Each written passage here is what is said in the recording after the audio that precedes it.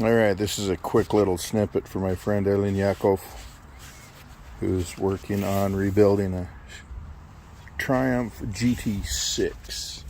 He's working on the floors, and he's making his own patch panels, and sliced here and here, and brought the middle piece down flush here.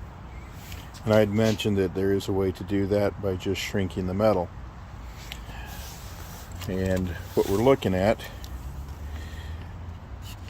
is right across here.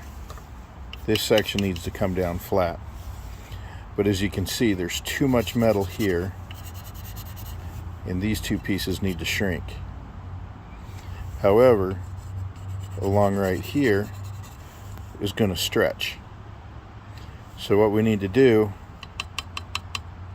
is force these two pieces to shrink, and you do that by trapping the metal, and you can do that with vice grips or whatever method is available.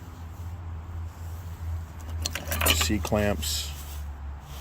Some people will drill holes and screw them down, and we can put a backing plate back there just to make sure nothing moves where we don't want to.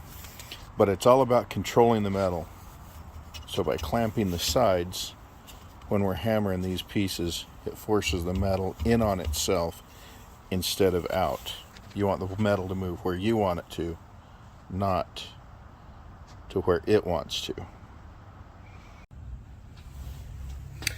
Alright, take two. It didn't film. I shrunk the other side and I didn't film it. So I've got my backer piece in here,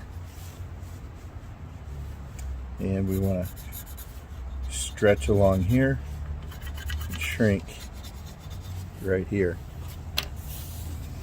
I'm just going to use these two hammers.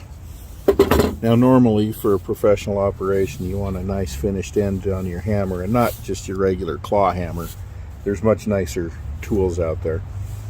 You want a nice smooth face, otherwise that shape is going to transfer right to your piece. But I don't care about that right now. This is just a quick demonstration of what can be done, not for the finish that can be achieved. So I'll be using this cheap plastic teardrop hammer I got from Harbor Freight, and just my old S-Wing. I do have other tools. These are just the quickest to grab at the moment. And you clamp on these however you want.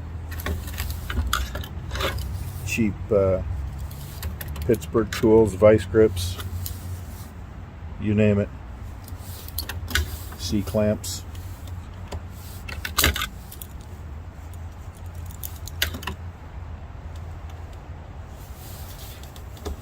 So what we want to do, stretch it here, and since we've got the metal trapped, it's not going to move except for where I want it to move. So I'm going to strike along here and drive the metal together. For deeper tucks, deeper shrinks, you want to make sure it doesn't fold over on itself. You just slowly work it, don't rush it. See that? You can already see it shrinking.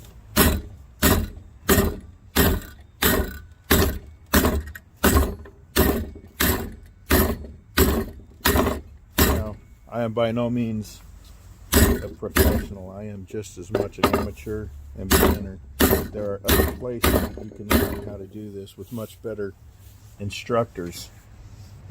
I'd check out Make It Custom with a K YouTube channel. Also Pro Shaper Workshop with Elin. Excellent information. There's metalmeat.com and multiple metal forums on Facebook that you can check out. Many others on Covell have some good information. So now you can see that it already started stretching right along here and was shrunk along here.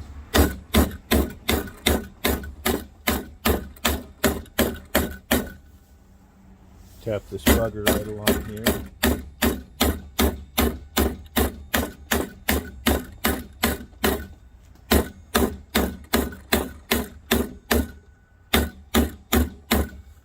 can see with the help of the piece I've got behind there, we're keeping that shape.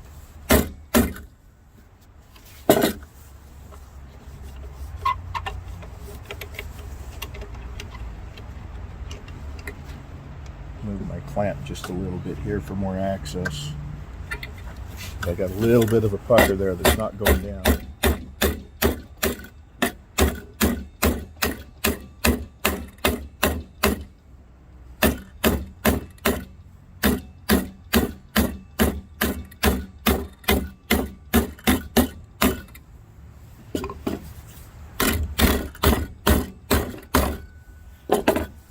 So in a nutshell, that's that.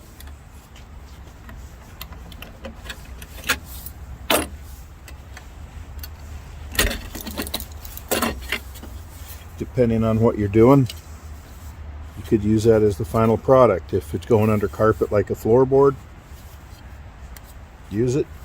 You can finish it smoother, planishing a hammer, English wheel, other tools. You may want to put down some protection because my clamps made marks here. That's a good reason why to put something down. Piece of wood, piece of plastic, anything just to help keep from your tools from marring it. So there you go. That's one way to shrink, to make that edge flat without slicing it, bending it to shape, and welding it back up. Hope that helps.